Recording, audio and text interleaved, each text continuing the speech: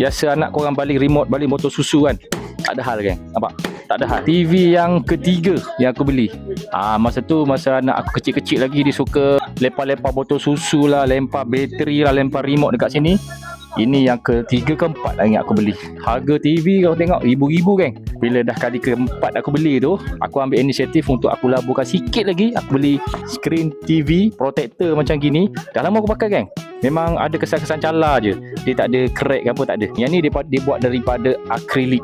Memang padu guys. Nampak ketebalan dia 5mm. Ada lagi satu 3mm, tapi aku paling recommend tebal terus lah. Memang lama gila aku pakai. Memang okey je. So kalau korang nak beli, memang saya recommend. Tak crack langsung, korang boleh tekan dekat beg kuning bawah tu, daripada korang beli TV baru kan. Jangan jadi macam aku. Ni TV keempat.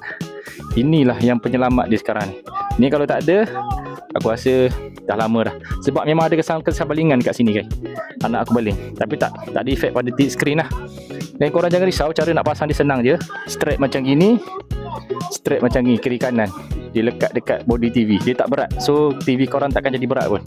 Akrilik guys, beg kuning guys, beg kuning memang padu guys.